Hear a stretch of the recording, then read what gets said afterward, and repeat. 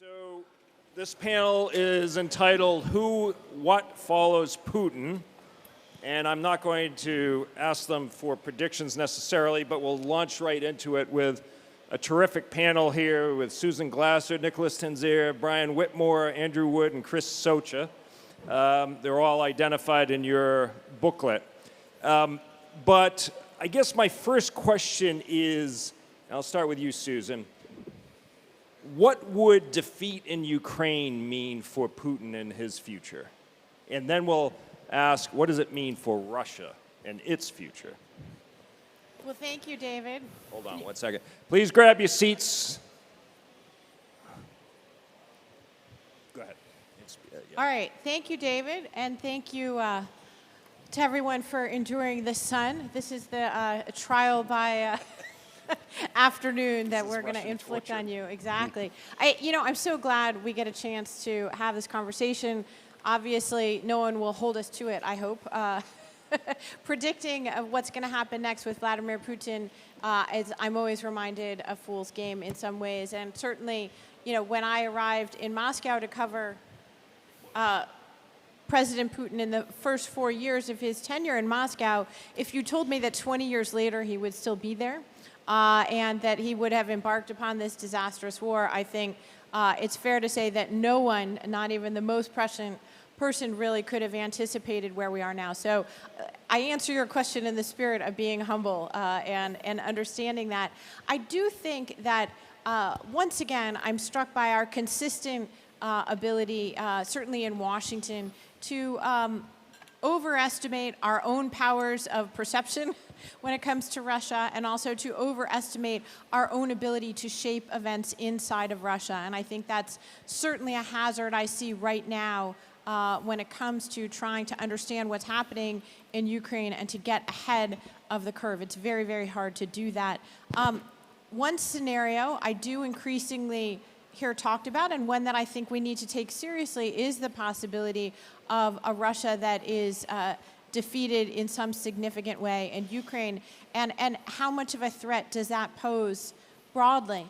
I think that Putin potentially could survive, I suppose, a defeat like that. You'd be looking at a sort of Russia-North Korea scenario in that, and here you have Vladimir Putin meeting right now and about to meet once again in person with Kim Jong-un in North Korea. A reminder that even the most isolated country in the world today is not completely isolated, and certainly a Russia defeated and a Putin defeated would not be completely isolated. I'm struck by the fact that Russian diplomacy is not the right word, but it does continue under Putin and would be likely to do so even in the scenario of a defeat. And so that's one thing that I think we collectively probably need to spend much more time wrapping our heads around, which is what does it actually mean if Putin were to lose or to suffer a serious setback, but to remain in power? I know that we all like to focus on the scenarios where,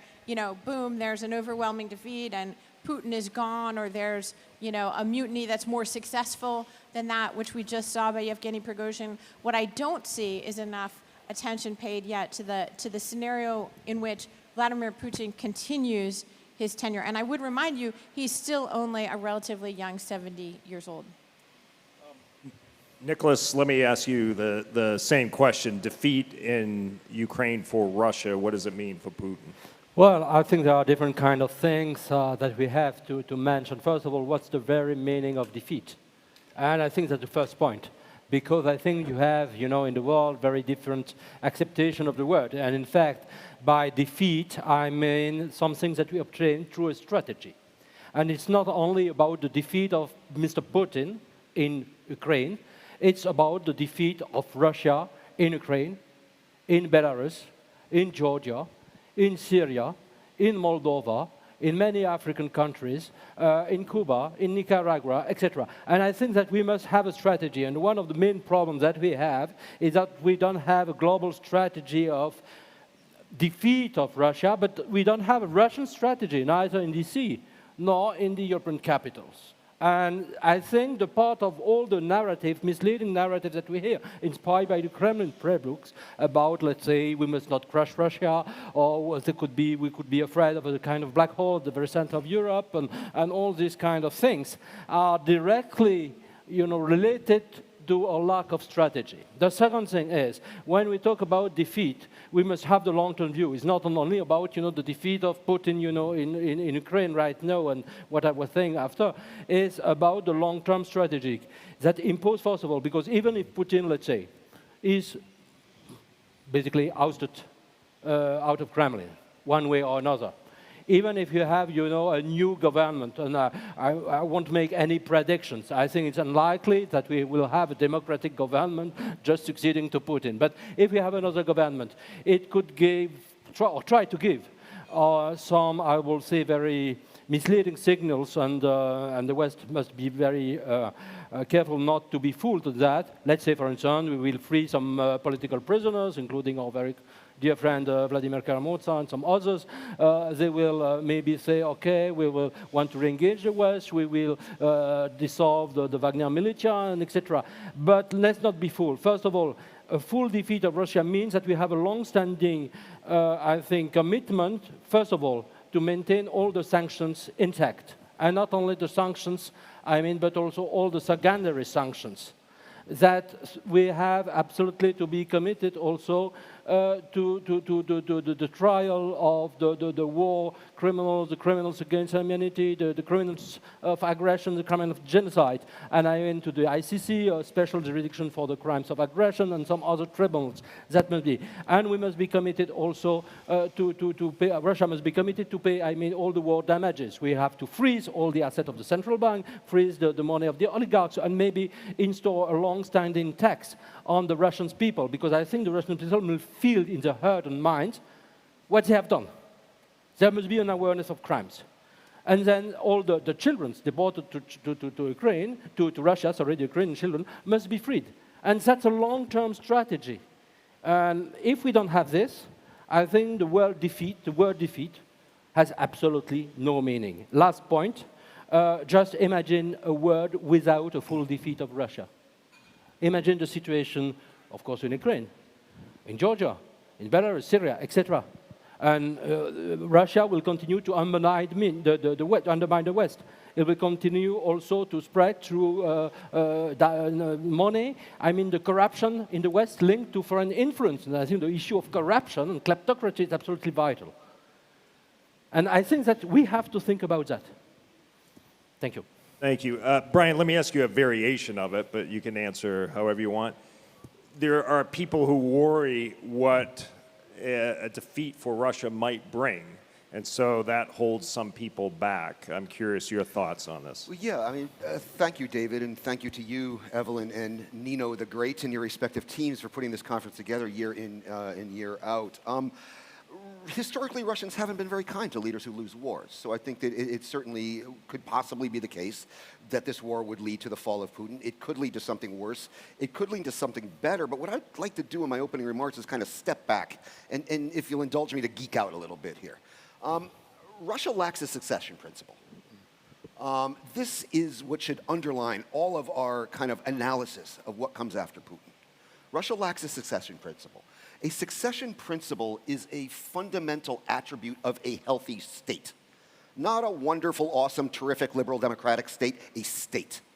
Russia has chosen to not have a succession principle. This is a source of great instability, but it's also a source of dogmatism and of ideology, because Russian rulers, due to the lack of a succession principle, need to remain in power because they are afraid of losing power.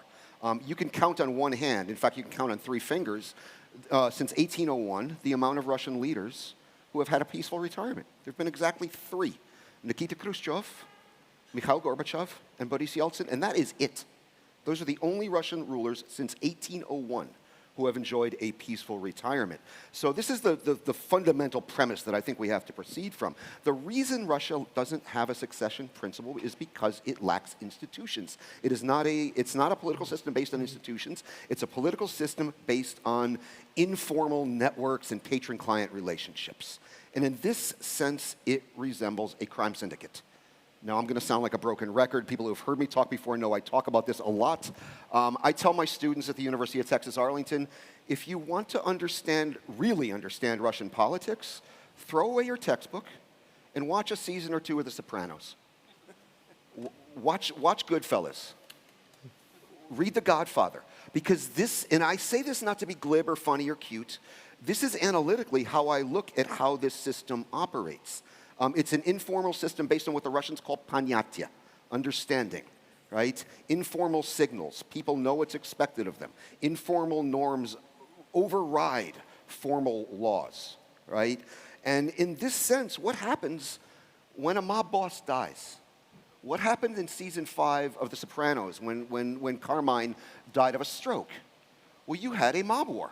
You had a violent mob war. And this is fully what I expect to happen when Putin passes from the scene. Another thing I would say is that those of us, the period from Mikhail Gorbachev coming to power in March of 1985 to Vladimir Putin being elected president in March of 2000, that 15-year period when most of us on this stage and many in the audience were coming of age in our understanding of Russia, this was an anomaly. This was the exception. This was, and we tend to base our assumptions that this was the norm. This was not the norm. This was the exception. We have 2 cases to look at in recent history when a long-serving Russian leader passed from the scene. We have the death of Joseph Stalin. And I think the film The Death of Stalin by Iannucci, despite all the humor and the funny accents and everything, actually gets the history right. And you had basically a mob war, effectively, there. And the other is the death of Brezhnev, when these informal relationships and informal networks were bureaucratized from the death of Stalin to the death of Brezhnev. So you did have an orderly succession process from Brezhnev to Andropov, but you did not have an orderly succession process from Stalin to Khrushchev. You had a violence in power struggle in the succession process. I'm betting on the Stalin scenario, the death of Stalin scenario, over the death of Brezhnev scenario. Thank you. Thank you very much, Brian. Andrew, you can pick up on any of this, but I also want to work in the whole Prigozhin mutiny and what it meant, how serious it was it a threat to Putin, and how he emerges from that? Just if I could add I'll give you an answer to that question, but I agree strongly with what Brian has just said. We have to remember that Putin is not just Putin. He is a group, and a group which has no legal structure which makes sense, and that's the difference for what happened under Stalin, because at least there was a communist party, and most people at that time prophesied that who followed Stalin would be still worse. He wasn't. They shot Beria, and it wasn't perfect, but it was better. So I think there being no system whereby you could say who would replace Putin as the head of a selection, it does not exist. His hold on power is the fact that nobody can think of anybody else who would take the position now, but his record is pretty dire, very much including launching a war on Ukraine, which he hadn't really thought through, just assumed because he was on his own and in the famous bunker or whatever, and he decided to do it, and everybody saluted and did it. Since when he's dismissed a whole range of military officers and so on and so forth. So it is a mess. The question would be how and when, apart from his going feet first, this situation would arise. And I think the answer is nobody knows, and including the Russian public. I think the result of that could well be a chaotic end to the I can't call it system, but the state which doesn't actually exist. It would be, and I think we, as the West, must not assume that Putin will be replaced by someone just like him, and that the system will work. We will then be faced with the difficult problem of how to relate to this new, probably pretty chaotic Russia, almost a civil war. We can develop a new relationship. And I'm not quite sure what a strategy would be nice, but given that sort of situation, it seems to me rather difficult to bring one about. The Prigozhin thing was a demonstration of Putin's weakness is not quite right, the word. The fact is, and he is aware of the fact, that he is vulnerable.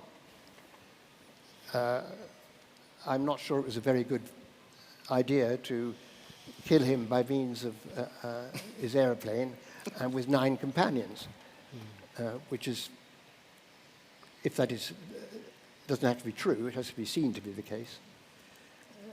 That is yet a further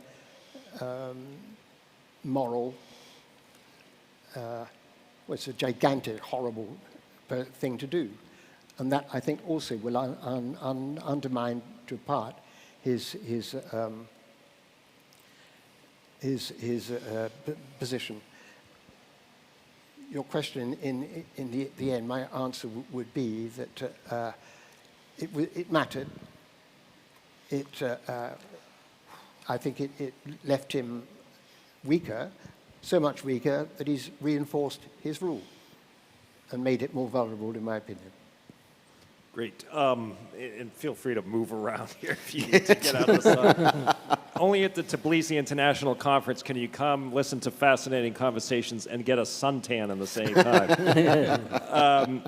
Chris, let me ask you about U.S. policy in this regard. You hear fear of escalation is one reason why the administration has been hesitant in providing certain weapon systems. But you also hear fear of what might come next should Russia be defeated and Putin falls. What's your read of the What's your read of the administration, and also what's the mood in the Congress these days? I would start by saying that there is no strategic vision, strategic goal for U.S. relations with Russia. Everything right now is defined simply as helping Ukraine not lose. And we haven't reached a point of saying we want Ukraine to win decisively, to create a defeat for Russia that creates some sort of inflection moment where internal Russian thinking has to change the way it did after the retreat from Afghanistan 40 plus years ago. And in the absence of having any view of that, U.S. policy toward Russia really is adrift in that regard. Our committee tried to hold a hearing on this back in May. Unfortunately, we couldn't get administration officials, so we had former officials testify, Ambassador Sullivan specifically, and really trying to tease out at least what should we be thinking about in that regard. Congress, unlike the administration right now, is very adamant about winning in Ukraine and doing so quickly.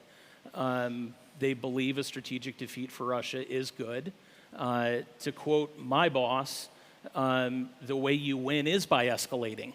Mm-hmm. So why are we afraid of escalation? More importantly, as my boss has also noted, you want Putin to wake up every morning worried about what we're going to do, as opposed to us waking up every morning worried about what Putin is going to do. And until we change that equation, I think it's going to be very hard to come up with a policy that it can be very well implemented, very supported by the Hill, and have a unified U.S. policy toward Russia that also most of our allies are coming to Washington saying we need to have. And so there is a disconnect right now in this regard. But as I said, most of our members want to see a more definitive, more decisive support for Ukraine as a way to force this issue with Russia. So let me stick with you for a minute. It's a question I'm sure on a lot of people's minds here, and I'm not asking you to speak on behalf of the entire U.S. Congress, but the administration has requested $24 billion in additional assistance before the end of this year, I believe. So looking in your crystal ball, what do you think? It gets back to the first question. What is the strategic goal of the United States?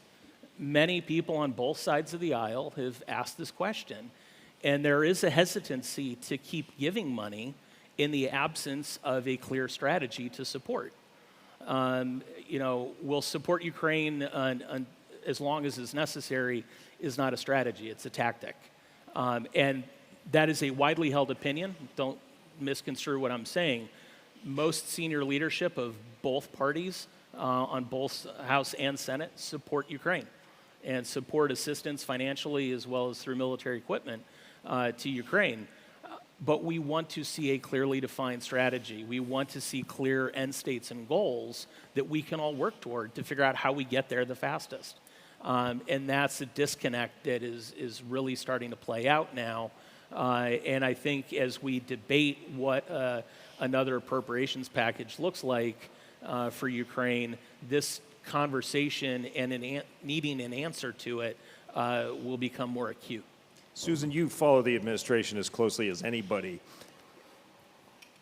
Why has President Biden not made the case to the American people on why support for Ukraine is in U.S. national interest? He's done it in Warsaw, he's done it in Helsinki. Why not either in Washington or Chicago or somewhere to make the case? Yeah, it's interesting, David. That's something that you hear increasingly, especially by strong supporters of Ukraine in Washington, of which there are many in both parties to this point. I think the interesting and important point, though, is that the congressional politics of support for Ukraine in Washington are different than the national politics overall. And you certainly see, first of all, the front runner for the Republican nomination, and not just Donald Trump, who have raised serious questions about long-term support for Ukraine. So while you have Republican leaders very much so in the Senate and somewhat so in the House of Representatives who've remained committed to supporting Ukraine and in some ways are critics of Biden from the other direction, right? They are demanding more clarity, more money, more action. But the reality, I think the political reality is actually quite a different one. The Republican base that we're going to hear more and more from as we move into the height of our presidential election season is in the other direction. And so, depending on the poll, there are different numbers, but essentially there is a trend since the invasion last year of gradually ebbing support, in particular among Republicans who have taken their cue from the former president and his amplifiers, people like Tucker Carlson, but also even people like Ron DeSantis, who didn't necessarily have a position one way or the other, seemed to look at which way the Republican wind was blowing, and also came out and said, well, Ukraine was just a territorial dispute. He recently reaffirmed that he wasn't in favor of more money for Ukraine. So you have, kind of the politics on the one side. So it does strike me that President Biden, probably for domestic political reasons, has decided that this is not an issue he wants to campaign on. And to the extent, the more he elevates that as a contrast with Republicans, the more Republicans will amplify that, the more Trump will talk about it, the more that support for it will weaken. So that's not necessarily a bad thing, I suppose, from the point of view of the administration. But I just want to weigh in quickly, because I think this is such an important discussion. I've watched literally 20 years of these debates in Washington about Vladimir Putin, and I'm not necessarily sure and convinced that whatever collective strategy we would come up with in Washington right now or in Brussels would necessarily be based on a correct assessment. And given that, I don't know that that's necessarily the right thing. For example, while I very much agree, absolutely, with Brian's analogy to The Sopranos, which actually I watched the first time around in Russia, which was a very helpful, guide perhaps to what I was seeing unfold on the ground. But we don't know when that succession scenario will happen. And I think we do have to be open to the idea that not only Vladimir Putin, the person, but Putinism, the system, is going to be with us for a long time. There was one person earlier today who made the observation, which I actually do agree with, that Putin observes and believes himself to be in a conflict with us, regardless of how Washington chooses to define it or what we choose to call it. And so I think that that is a level of crisis that's very significant. And I would just also observe that there's the sort of Washington clock in any war, and then there's the ground reality. And I do think again and again and again, the heroism that we've seen on the ground in Ukraine and the developments on the ground will inevitably shape our own politics around it. But Putin, I just don't think we know what he thinks when he wakes up in the morning. I don't know. He may wake up in the morning and think, well, Joe Biden is weak, and I think a Republican is going to come to power who's going to end the war in 24 hours. But maybe he doesn't wake up in the morning thinking about us very much at all. Maybe he really looks in the mirror and sees Peter the Great. But we certainly have to be open to a longer-term possibility. I love the conversation about after Putin and after Putinism, but I'm not entirely ready to have it. So that brings me, Nicolas, and by the way, if you want to move up, because I'm afraid your head is going to melt. Take it. That didn't seem to help much. Along what Susan was just saying, of course, we've seen the arrest of Navalny, the arrest of Kramer, Yashin, the list goes on and on. But we've also recently seen the arrest of Girkin, the killing of Prigozhin, Surovikin disappears, although apparently was released today. Does this mean Putin is cracking down and regaining control to the extent he might have lost some of it? I mean, first of all, it's very difficult to know if Putin is really regaining control. I think he has certainly, and his clan still have, some control at least. He's basically the head of the cupola, and all the other rival, groups perfectly know if that one wishes basically to kill, let's say, symbolically or physically Putin, then there will be the other who will not accept because of this rivalry, because these clans, because it's all about capture of money. That's not something, abstract or ideological from this point of view, even if the crooks could have an instrumental ideology. That was something that we were discussing before. So that I don't know. The second thing is, I think we have certainly to think, and the West has to think about what comes next. When I was talking about the strategy, grand strategy, not only for DC, but for European capitals as well, is about, how we will manage Russia in the decades to come. Because if we don't have any interest in Russia, certainly Russia will have an interest in us, as we say normally for the Middle East, but I think that applies to Russia as well. And so it means, first of all, when I said that we have to keep the sanction intact, that we don't have to re-engage with Russia, we don't have to make business as usual with Russia, we must not remain silent of the crimes, the intensity of crimes, is because we have also to speak to the Russian society. First of all, this Russian society have lived during 97 years under dictatorships or totalitarianism. 97 years. 1917, 1991, 2000 until now. And so you can imagine, the public spirit, the public mind of the people in Russia. They do not know what's liberty for most of them. They do not know about the crimes. They remain most of them very passive. They are very fatalist about the future. And one of the ideas is certainly how to create, and that's a mission. I'm not talking about brutal regime change. That doesn't work.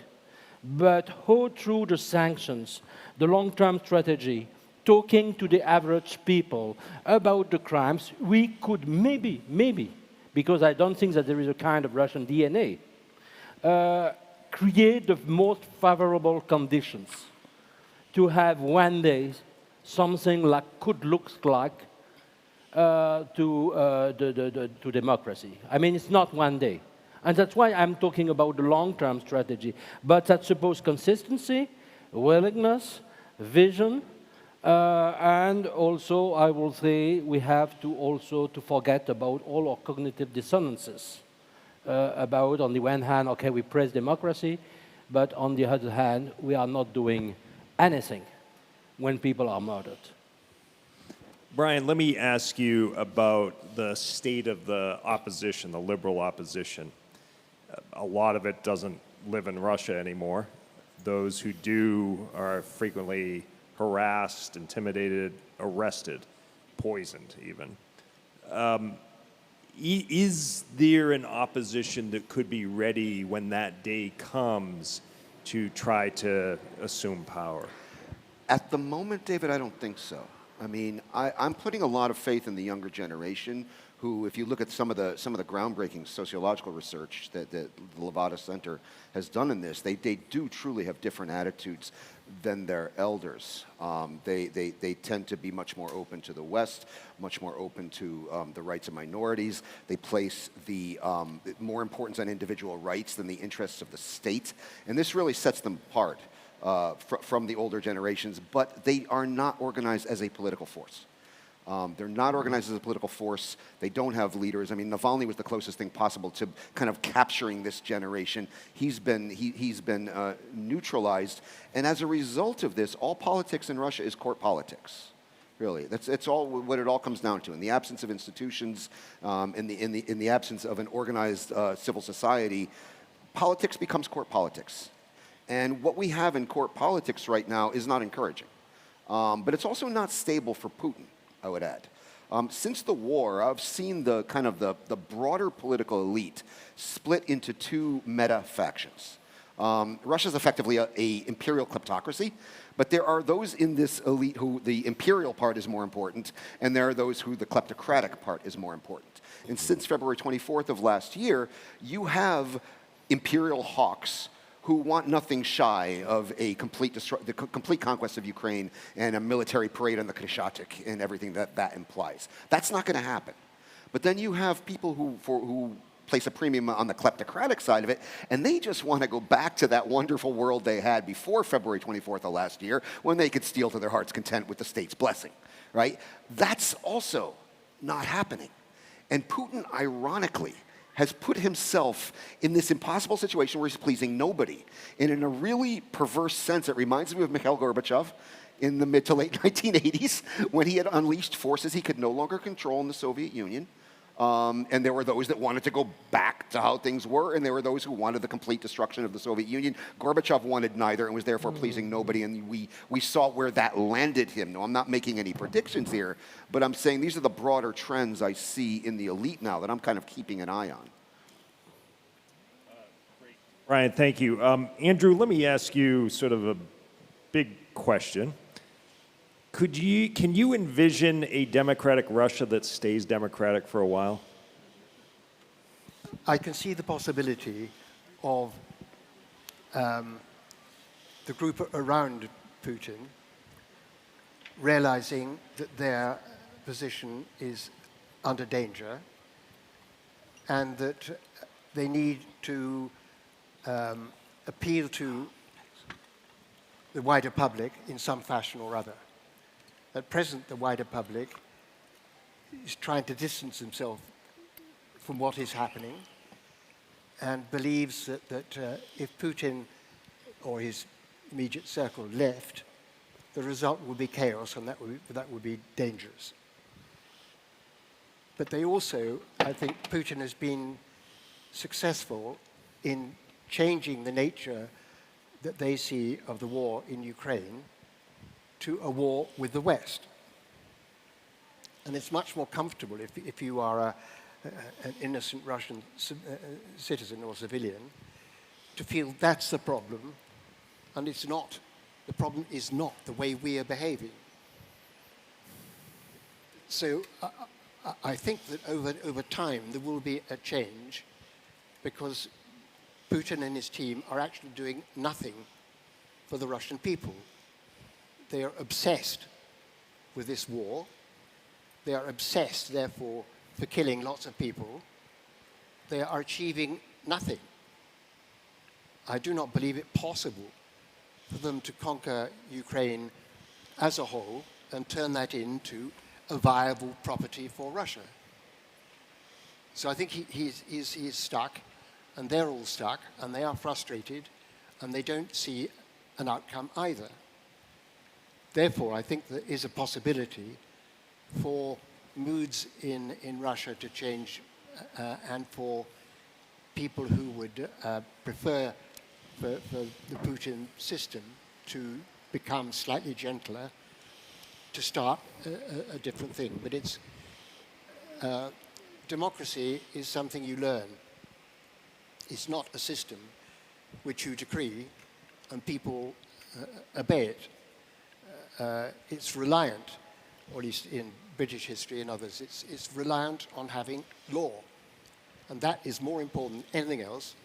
And it's the one thing Russia does not have.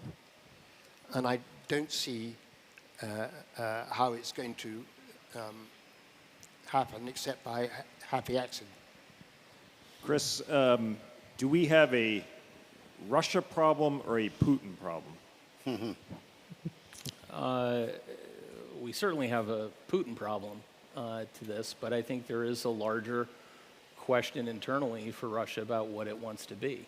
I think, as has been noted here, look, what Putin's created is basically not 19th century power politics, but a feudal system of lords and peasants that get rewarded based on his whims and desires and what they can fleece from the government or business and industry.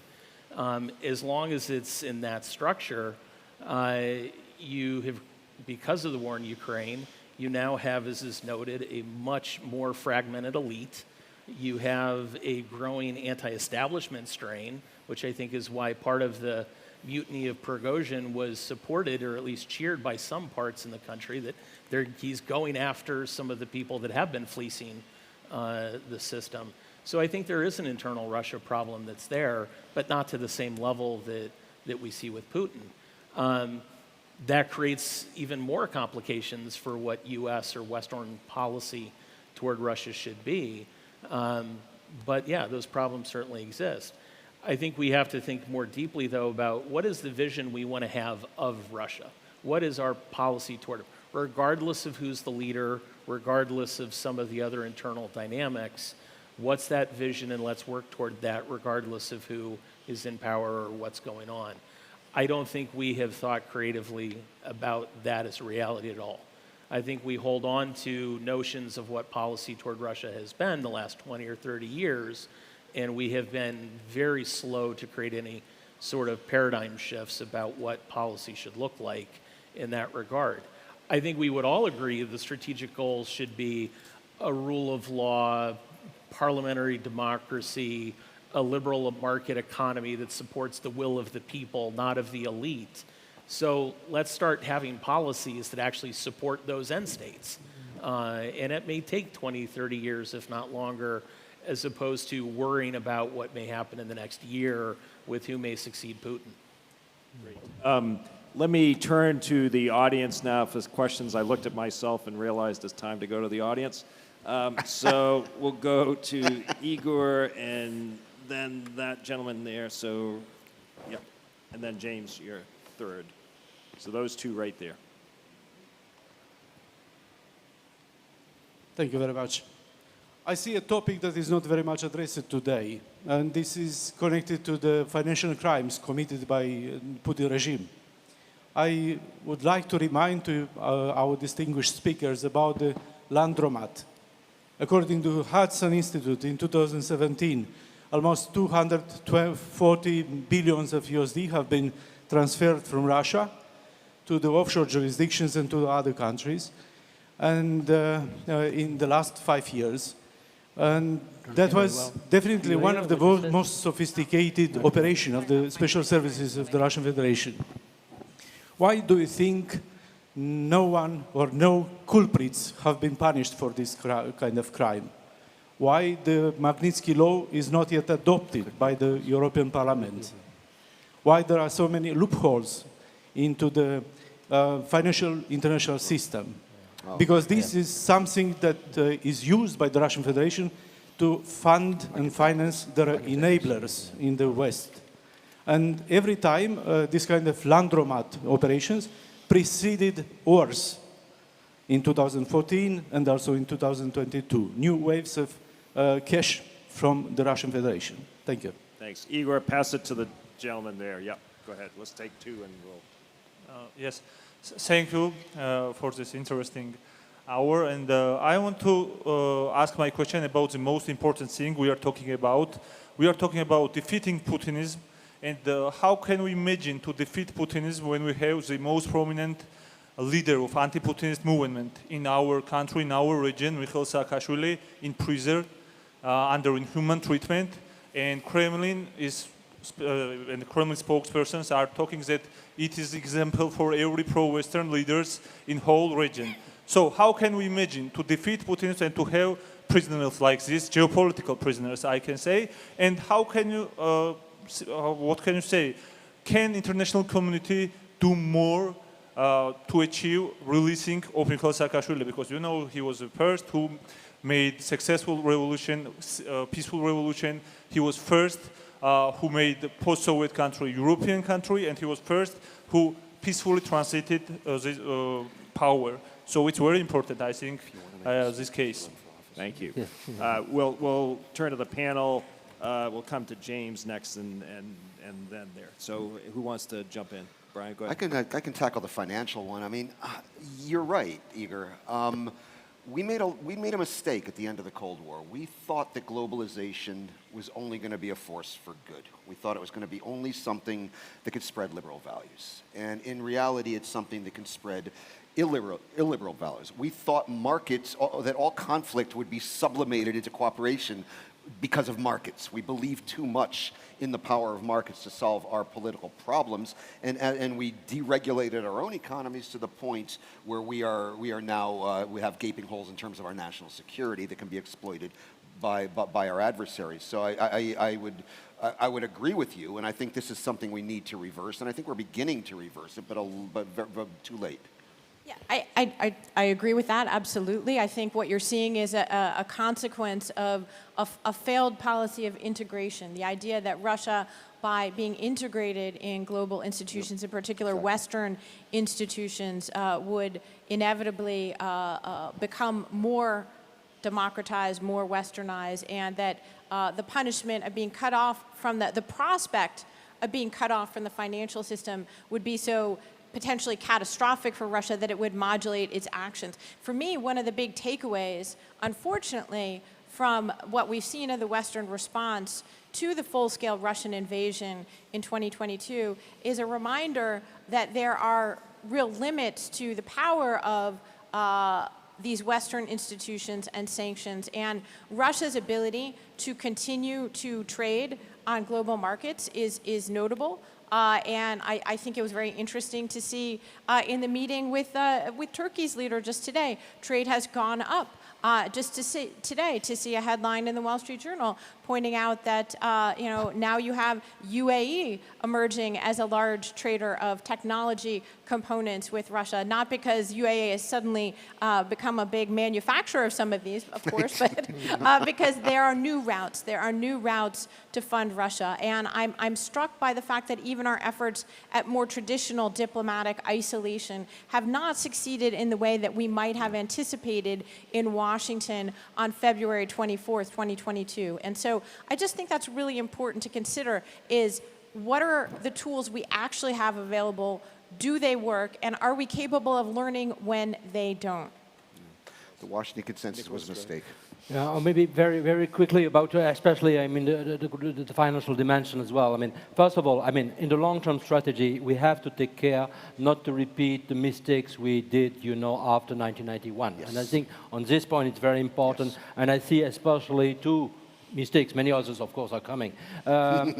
First one was certainly, I mean, not to dismantle all the security apparatus of the KGB and not to pay attention to that, because basically those guys remain in place. And the second thing is basically we were very inspired by all the lessons of Milton Friedman, I will say for the poor, and the lessons of John Maynard Keynes for the rich. It means that basically you had a lot of people suffering, and the rich going incredibly richer, and even in increase during period. The second point is, are we very serious about the sanctions and the secondary sanctions and all the apparatus, including Magnitsky laws? No. And I think still right now, on many other dimensions I want to mention, of course, I think the West is not fully consistent while dealing with Russia. Anyone want the Saakashvili question? You want to say anything? Go ahead. Just to add, it's rather difficult. It's rather difficult to compel people to be decent.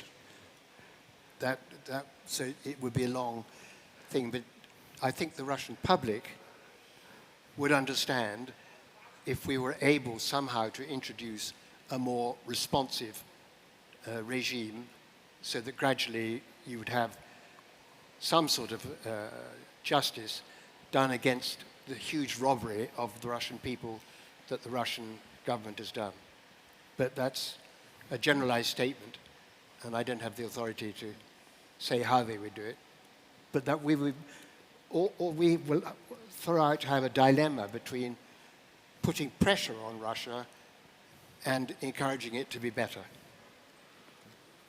Anything you want to say? No.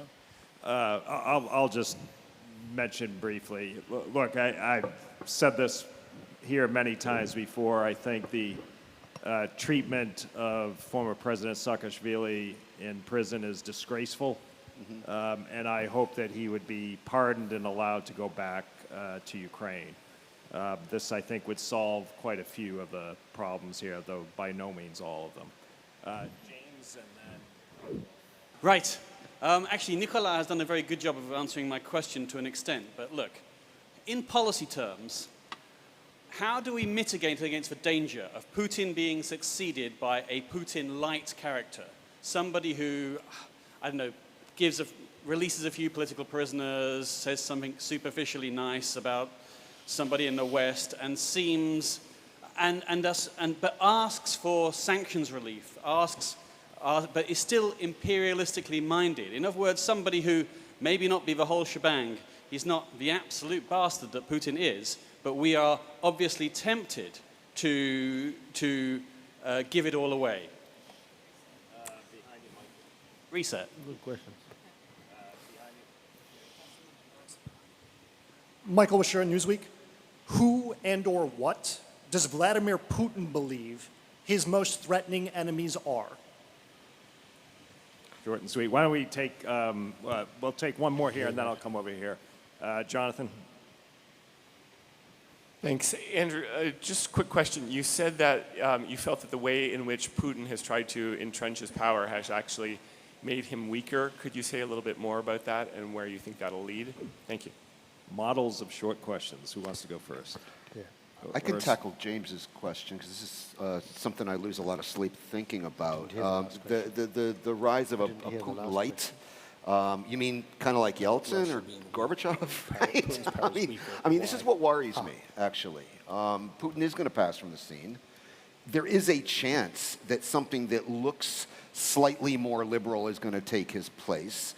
And there's going to be a lot of people in a lot of Western capitals that are going to be ready to fall in love again, and we're going to make the same mistake over and over and over again. I think everybody on this stage would be pretty damn vigilant about opposing that. I hope everybody in this garden would equally be vigilant in opposing that, but just bear in mind, it was under the wonderful reign of Mikhail Gorbachev that dozens of students were massacred in front of the parliament just down the street in April of 1989.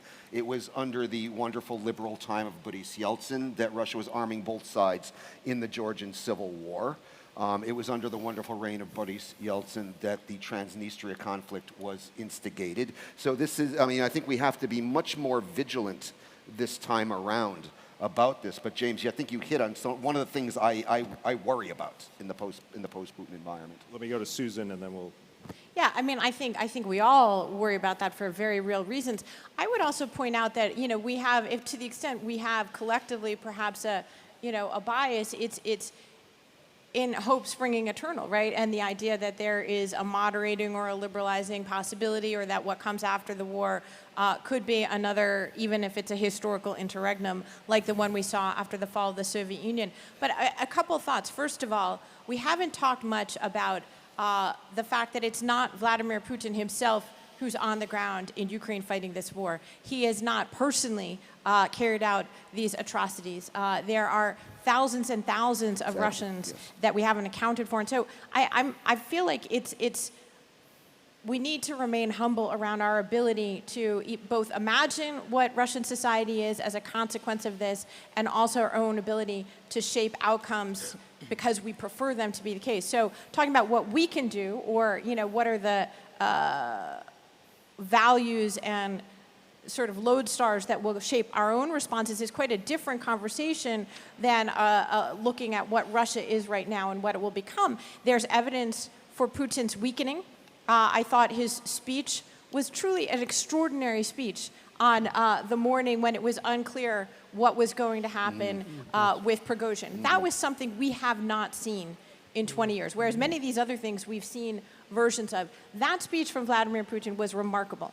He invoked World War I and the specter of thousands of Russians laying down their guns and refusing to fight anymore for the state, for the Tsar. Remarkable moment. So I don't minimize the extent to which that was a really potentially earth-shaking moment. But I would also note that there is also evidence to suggest that in the short term, or even the short to medium term, Putin has taken advantage of the war that he himself launched to purge the country of possible dissenters, to let them leave in a way that lets the steam out of the valve, in a sort of echo of what happened in the immediate aftermath of the Russian Revolution more than a century ago. You've seen him use the cover of the special military operation to pass laws that make Russia a significantly more totalitarian state. Those could endure. The fact that there's the culpability of so many Russians could endure. The idea that he has, to just take this point about who is the enemy, according to Putin, very clearly is us. It is the West. It is the United States. He may or may not be focused on whether Joe Biden wakes up tomorrow and decides to give ATACMS to the Ukrainians. But the truth of the matter is the United States has given billions and billions of dollars to Ukraine, without which this war would not be being fought in this way, and so many Russians would not have died. Chris, go ahead, and then we'll take the last questions. Well, I just echo some of what my colleagues have said. Having my concern about who follows Putin is we can't predict who that's going to be, and trying to shape who that may be is a problem. You shouldn't legislate, you shouldn't have policy toward any one cult of personality.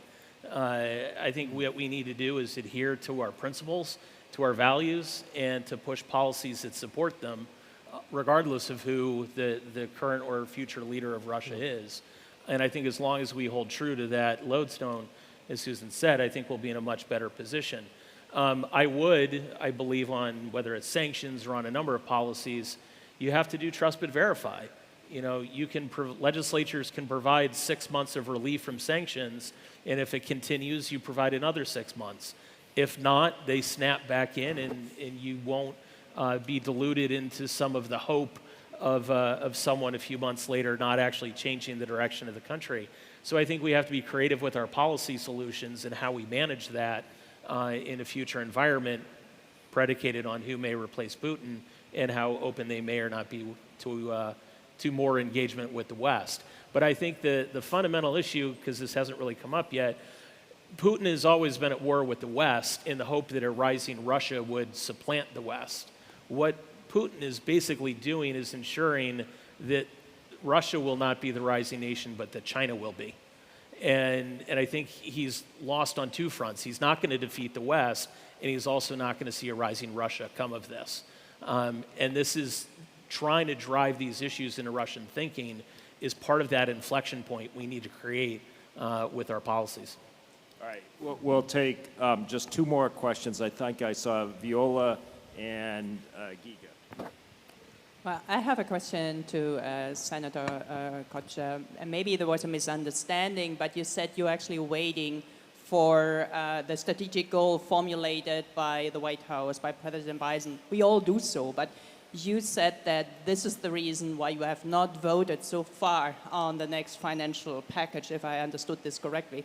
And I think this is hard to understand. This is hard to explain to our Ukrainian friends. I mean, honestly, I think this is not the time for political games now in Washington. This is not the time for any partisan fights now. I really wish that also all the Republicans which are currently in office really would vote on what is necessary to support Ukraine on a daily basis. We do this, even we are not always happy with the Commission proposals. I did this when I was in the Bundestag as an opposition member of the Bundestag, and I wish you would have the courage to do the same. Thank you so much. Giga, microphone to Giga.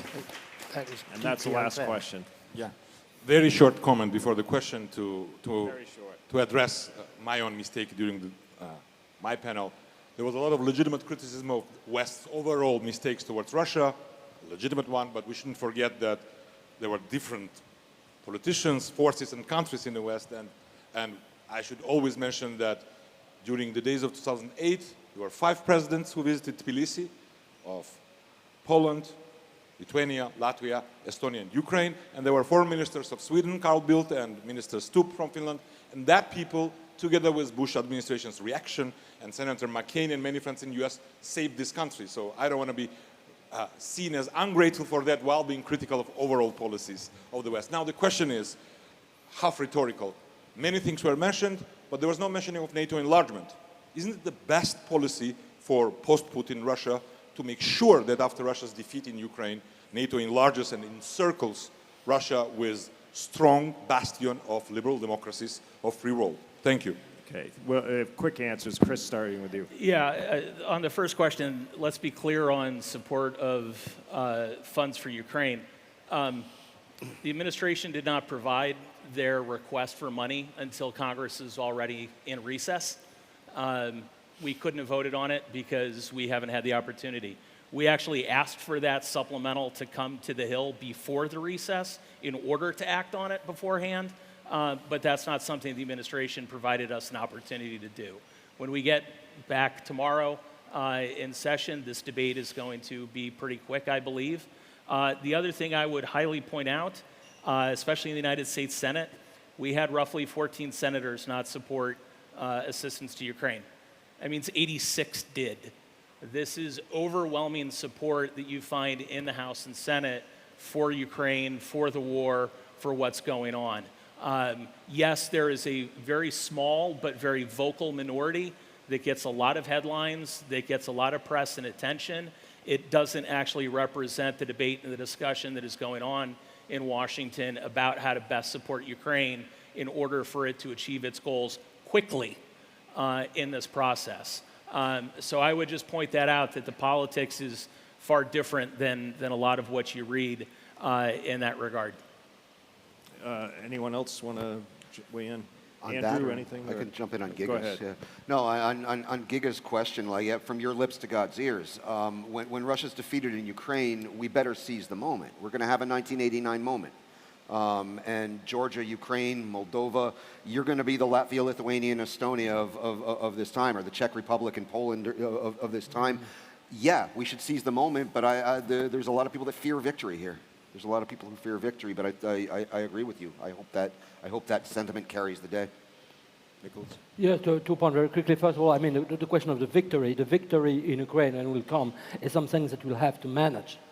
And never forget that. I mean, not only because we have to deal with Ukraine, to create the conditions for the people to survive, just to measure the enormity of the crimes, but we will have also to manage all the countries, outside Ukraine.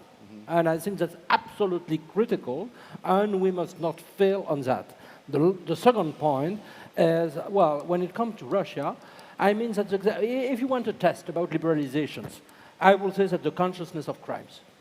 When we will have, textbooks in schools talking about the crimes of Stalin, of Putin, also of Gorbachev, of Elstyn, of others, but mostly, of course, Stalin and Putin. When you will have a president like Richard von Weizsäcker, in May 8th, 1985, talking about the crimes committed by Nazi Germany, then by Russia, and apologizing, and also saying that basically the defeat was at the end of the day the victory. That will be the true liberalization, but I don't know if this time will come. Andrew, you said... It's on. It's on. A last point. The best gift we can give to Russia is to defeat them and thereby giving them at least a chance to start again, to work for their people and not just for the people at the top. Well said. Good way to end. Please join me in thanking the panel. And we also baked some pizzas while we were up here in the sun, so feel free to help yourselves.